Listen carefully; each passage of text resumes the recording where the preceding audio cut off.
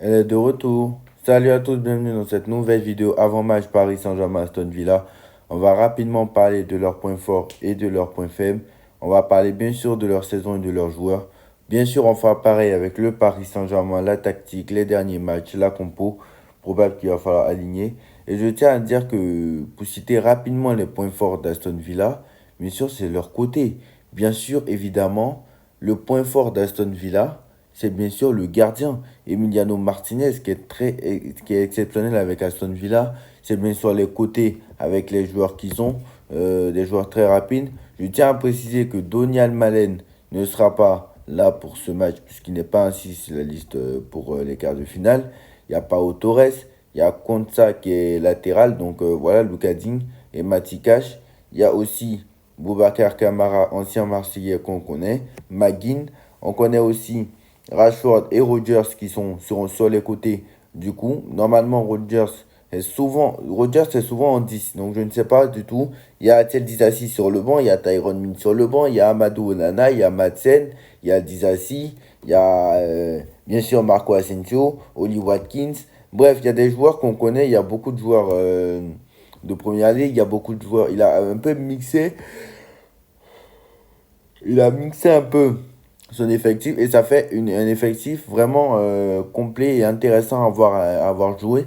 Et vraiment, Aston Villa est une équipe qui peut faire mal à l'adversaire et Aston Villa est une équipe qui fait une très très bonne saison à l'heure actuelle. Bien sûr, à l'heure où je tourne cette vidéo, ils sont actuellement sixième de PL.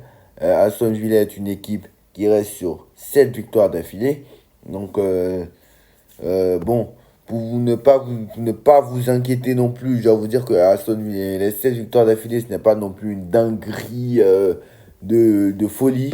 Juste, ils ont battu Nottingham Forest, qui est troisième, qui est vraiment une belle performance. Sinon, ils n'ont pas battu des foudres de guerre non plus. Donc voilà, tout ça pour vous dire que Aston Villa n'est pas une équipe voilà, régulière sur la saison. Ils ont énormément de problèmes.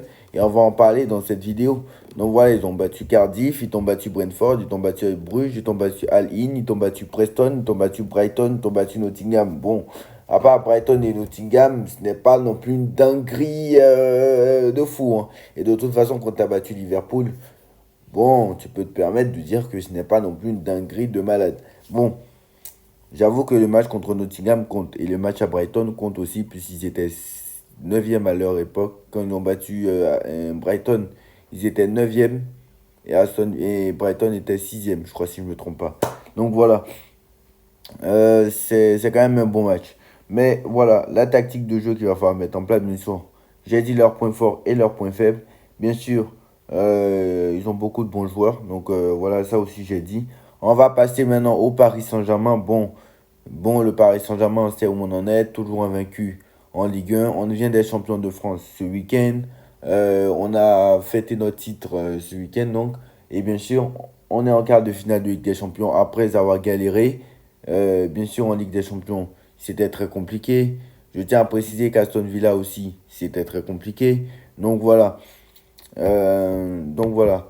Le Paris Saint-Germain en championnat, bon, c'est invaincu, bien évidemment. Ils sont en finale de la Coupe de France après ce match contre Dunkerque. Et bien sûr, ça sera contre Reims. Et bien sûr, en quart de finale de Ligue des Champions. Je tiens à préciser qu'en Ligue des Champions, Aston Villa a eu des problèmes, des hauts et des bas, bien évidemment. Je tiens à préciser que ce n'est pas le même Aston Villa qu'en Première Ligue. Donc ne pas se fier sur les résultats d'Aston Villa en Première Ligue pour parler de Aston Villa en Ligue des Champions. Ce n'est pas du tout pareil. Voilà, la preuve en est, je vais vous dire tout, la preuve en est, ce n'est pas du tout pareil. Donc voilà, pour, euh, pour, pour même vous faire le check-up complet, voilà, Aston Villa a battu 3-0. Aston Villa a battu 1-0 le Bayern de Munich. Ils ont battu 3-0 bien sûr le Celtic. Donc c'est une équipe qui n'est pas là pour rigoler. Voilà, en Ligue des Champions, c'est très très différent de la Ligue 1. Non, pardon, de la Première Ligue. C'est très très très différent. Voilà, je vais vous le mettre à l'écran. Vous allez le voir, c'est pas du tout pareil. Donc ne pas se fier à ce que Aston Villa fait en première ligne, pour dire en Ligue des Champions, ça va être pareil. Non, non, c'est pas du tout pareil. Donc voilà, Aston Villa, bien sûr, a gagné le match contre le Bayern, mais bien sûr, le Bayern avait ultra dominé. Et c'est un miracle même qu'Aston Villa ait gagné ce match. Mais Aston Villa, contre les gros, s'y prend bien. Donc voilà, et je te rappelle qu'ils ont fait 2 partout aussi contre Liverpool. Contre la Juve, ils s'en sont pas trop mal sortis. Donc, voilà, je tiens à préciser que contre les gros, ils savent faire des résultats contre les gros. Et ça ne va pas être facile du tout. Donc voilà. Mais bien sûr, Paris a ses points forts. Bien sûr, on n'est pas la même équipe. Bien sûr, ce n'est pas les mêmes joueurs. Et je reviens encore sur ce que j'ai dit hier. Certes, Unai Emery était au Paris Saint-Germain il y a plus de 7 ans.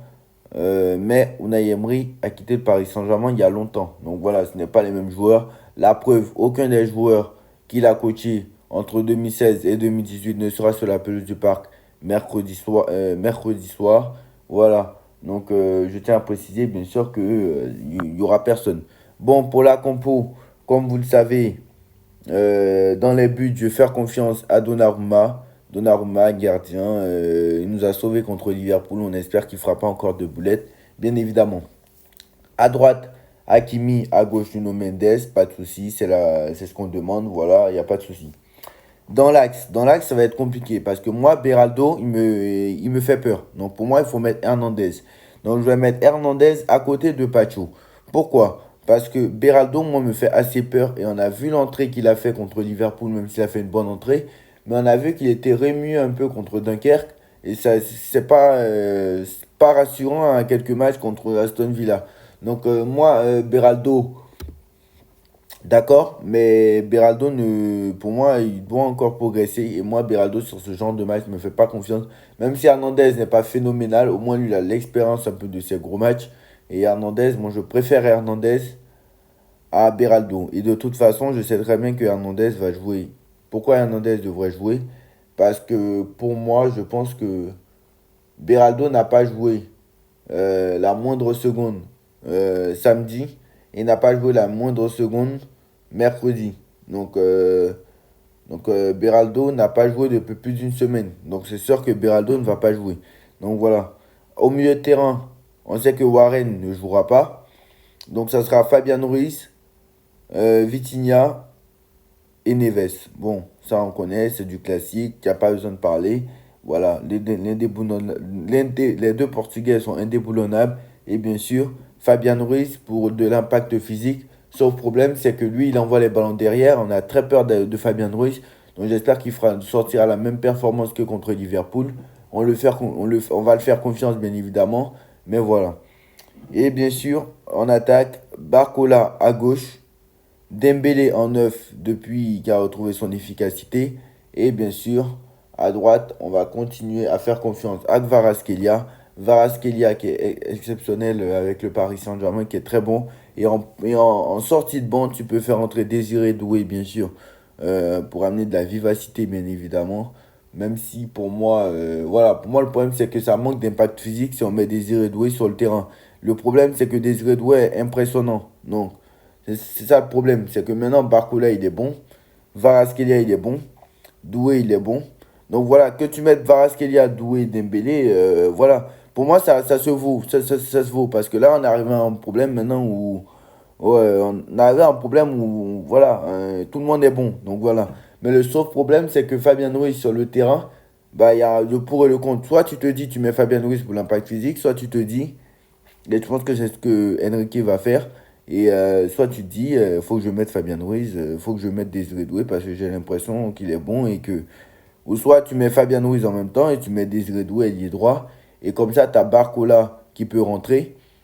Qui peut rentrer. Et je pense que c'est ce qu'il faut faire.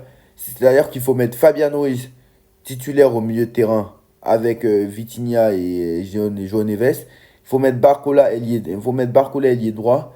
Et quand tu seras donc à la 70e, tu peux faire rentrer Doué. Donc voilà, dites-moi en commentaire, on se retrouve très vite pour une nouvelle vidéo. Tchuss.